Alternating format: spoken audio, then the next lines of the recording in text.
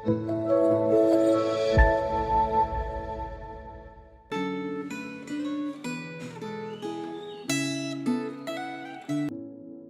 saudara, jumpa kembali dalam Refleksi Gema 6 Juli 2024. Sebelum kita merenungkan firman Tuhan, mari kita berdoa. Tuhan Allah Bapa kami, Allah yang kami kenal dalam Tuhan Yesus Kristus, terima kasih Tuhan kami naikkan kepadamu untuk kembali kesempatan yang Kau berikan kepada kami untuk sungguh-sungguh kembali boleh merenungkan firman-Mu. Tuhan tolong di dalam waktu ini biar Tuhan boleh menentukan hati kami, sehingga ketika Engkau boleh berbicara secara pribadi kepada setiap kami, kami boleh mendengarnya Tuhan.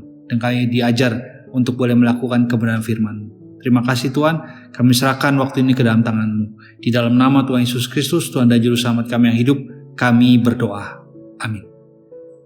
Saudara-saudaraku yang terkasih di dalam Tuhan, Refleksi Gema hari ini mengajak kita merenungkan firman Tuhan dengan tema amarah yang tidak terbendung menghasilkan kehancuran, yang terambil dari Hakim-Hakim 20 ayat 1 hingga yang ke-11.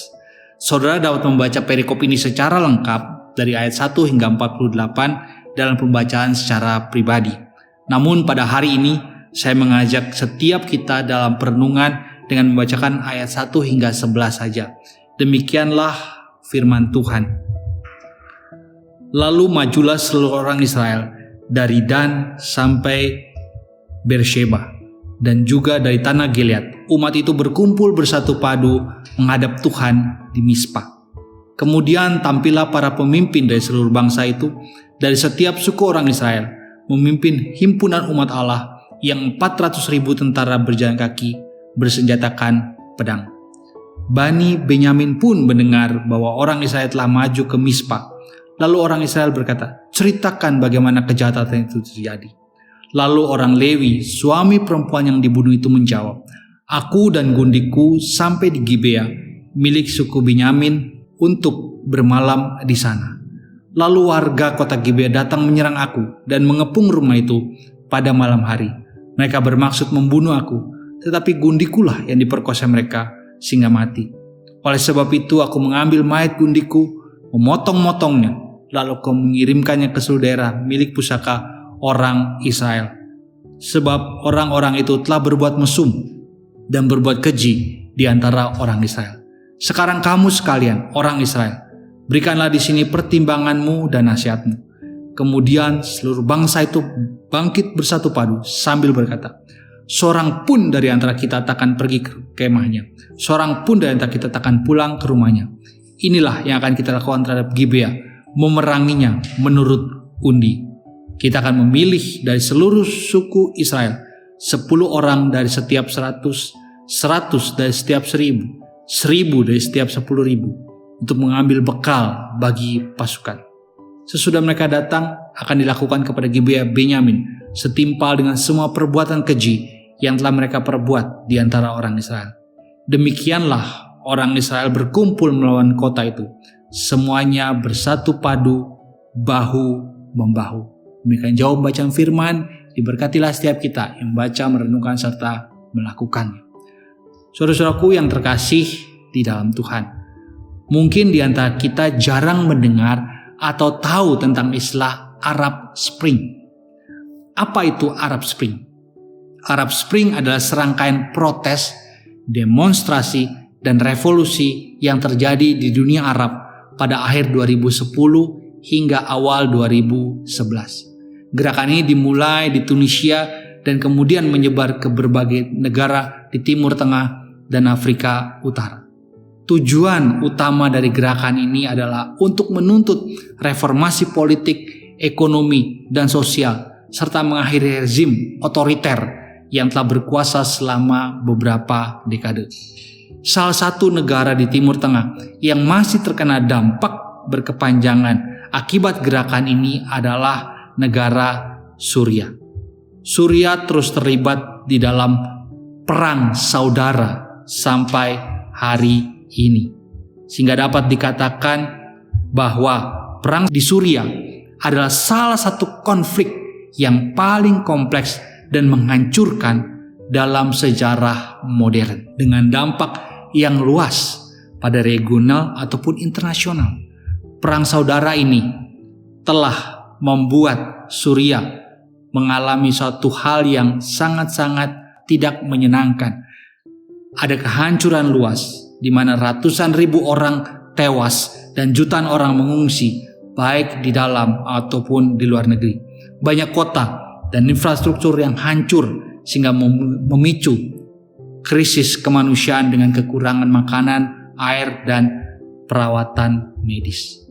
Saudara-saudaraku yang terkasih di dalam Tuhan, ketika saya dan saudara diajak untuk membaca dan merenungkan apa makna sebenarnya yang terdapat di dalam kitab Hakim-Hakim 20, maka kita sedang dibawa untuk dapat melihat dan terlebih dahulu memahami bahwa ada satu latar belakang peristiwa dari tindakan seluruh orang Israel untuk berperang melawan Bani Benyamin yang notabene adalah saudara mereka sendiri. Sebuah peristiwa yang dapat dikatakan merupakan salah satu peristiwa paling kejam, paling kelam, dan juga paling kotor di dalam perjanjian lama. Di mana ada kisah seorang gundik yang diperkosa oleh orang-orang Gibea sehingga meninggal. Itu dapat kita lihat di dalam Hakim-Hakim 19 ayat 25 hingga 30. Sehingga dapat dikatakan Hakim-Hakim 20 hendak menyatakan bahwa ada satu respon kemarahan yang besar dari seluruh orang Israel terhadap saudara mereka Bani Benyamin karena tindakan orang-orang Gibea. Namun sikap marah yang tidak terbendung dari orang Israel terhadap Bani Benyamin itu tidak didasarkan kepada kasih dan kebenaran Tuhan. Sehingga kemarahan yang dinyatakan oleh orang Israel tidak menghasilkan kebangunan, melainkan menghasilkan kehancuran di dalam hidup. Sehingga dapat dikatakan bahwa kemarahan yang tidak terbendung hanya menghasilkan kehancuran, karena pada dasarnya kemarahan yang dinyatakan hanya berfokus kepada kehendak dan apa yang benar menurut diri sendiri. Saudara-saudaraku yang terkasih di dalam Tuhan, melalui perenungan dalam Hakim-Hakim 20 dengan tema amarah yang tidak terbendung menghasilkan kehancuran, maka saya ingin membagikan hal-hal yang dapat kita lihat sebagai bentuk amarah yang tidak terbendung hanya menghasilkan kehancuran. Hal yang pertama yang saya ingin bagikan adalah bahwa kemarahan yang tidak terbendung itu menghasilkan kehancuran. Karena kemarahan tersebut membuat setiap orang Israel pada saat itu dan juga kita tidak sungguh-sungguh bertanya pada Tuhan. Saudara-saudaraku, dengan jumlah yang besar pada saat itu, orang Israel dengan pasukannya yang ada lebih kurang 400.000. Mereka merasa kuat dan mereka merasa mampu melawan 26.000 ditambah 700 orang dari orang Gibea yang mengikuti Bani Benyamin. Maka orang Israel pada saat itu ada suatu keyakinan dalam diri mereka bahwa mereka pasti akan memenangkan perang melawan Bani Benyamin. Sekalipun ada momen di mana mereka bertanya kepada Allah, pada dasarnya mereka tetap percaya kepada kekuatan tentara mereka sendiri dan pada kebaikan tujuan mereka, yaitu untuk memarahi Bani Benyamin. Namun tidak pada kekuatan Tuhan. Bahkan dalam situasi saat itu, orang Israel sebenarnya lupa untuk bertanya terlebih dahulu kepada Tuhan. Apakah mereka harus berperang melawan Bani Benyamin? Mereka hanya bertanya, siapa yang harus memimpin perang tersebut? Itu dapat kita lihat di dalam ayat 18. Dengan kata lain, sebenarnya mereka sudah mengambil keputusan sebelumnya, sebelum mereka bertanya kepada Tuhan. Sehingga dapat dikatakan, sikap amarah yang tidak terbendung, yang ingin segera dilampiaskan, membawa setiap orang Israel untuk menjadikan Tuhan hanya sebagai pribadi yang dapat membenarkan atau mendukung tindakan mereka. Tuhan tidak dijadikan sebagai pribadi yang akan mengoreksi atau melakukan hal yang membuat mereka tidak jadi berperang pada saat itu. Saudara-saudaraku yang terkasih di dalam Tuhan, amarah yang tidak terbendung hanya akan menghasilkan kehancuran dalam kehidupan kita sebagai orang percaya. Karena hal tersebut akan segera menutup mulut dan pikiran kita untuk bertanya agar dapat memiliki kejelasan dan memahami apa yang hendak Tuhan nyatakan melalui peristiwa yang sedang terjadi dan dialami oleh setiap kita.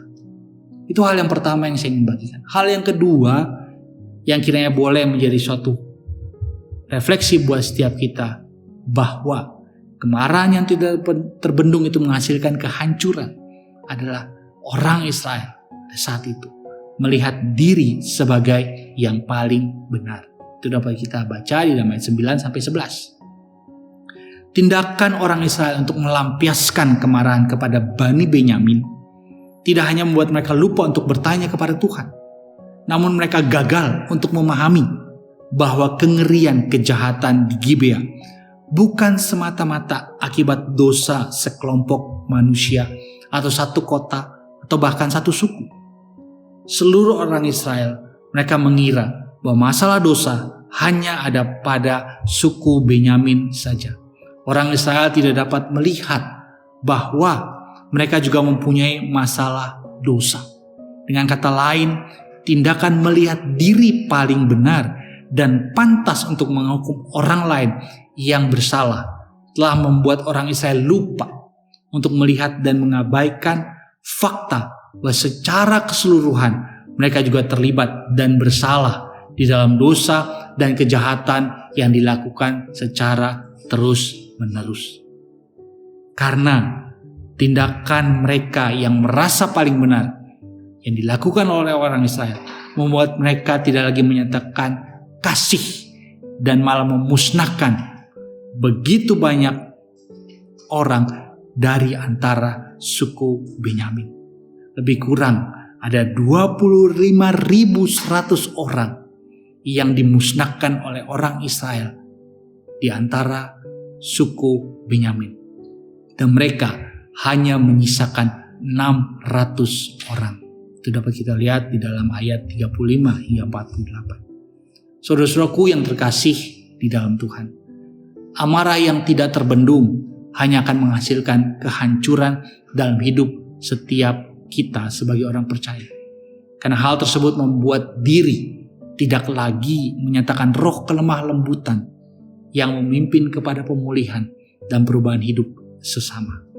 Firman Tuhan hari ini menjadi pengingat bagi saya dan juga saudara sebagai orang percaya untuk tidak hanya melampiaskan amarah ketika melihat tindakan pelanggaran atau kesalahan yang dilakukan oleh sesama kita. Namun kiranya sebagai orang percaya dalam Kristus Yesus, setiap kita, saya dan saudara, mau memimpin sesama ke dalam jalan yang benar, dalam roh lemah lembut, sambil terus menjaga diri agar juga jangan jatuh kepada hal yang sama. Saudara-saudaraku yang terkasih di dalam Tuhan, kiranya firman Tuhan hari ini terus menguatkan dan meneguhkan setiap kita sebagai orang percaya agar terus mawas diri dan juga tidak cepat untuk melampiaskan amarah ketika melihat kesalahan sesama. Sehingga kiranya setiap kita memiliki hidup yang menjangkau dan memberkati sesama kita. Tuhan memberkati. Amin. Mari kembali kita berdoa. Tuhan, terima kasih untuk firman-Mu. Dengan segala hal yang mungkin sedang terjadi dalam kehidupan kami, ajar kami Tuhan untuk terus boleh melakukan kebenaran firman-Mu ini. Sehingga di dalam kehidupan kami bukan menjadi pribadi yang penuh dengan amarah dan kami mau melampiaskan semuanya itu seturut dengan kehendak kami. Tapi biarlah ketika ada terjadi hal-hal yang mungkin tidak benar, biarlah kami boleh menyatakan dengan benar seperti apa yang Tuhan inginkan di dalam kehidupan kami sebagai orang-orang percaya di dalam Tuhan Yesus Kristus. Sehingga sungguh-sungguh Tuhan, apapun yang kami lakukan betul-betul memberkati dan memulihkan dan membawa orang untuk semakin mengenal Engkau sebagai Tuhan dan Juru Selamat. Terima kasih Tuhan, demi nama Tuhan Yesus Kristus kami berdoa. Amin.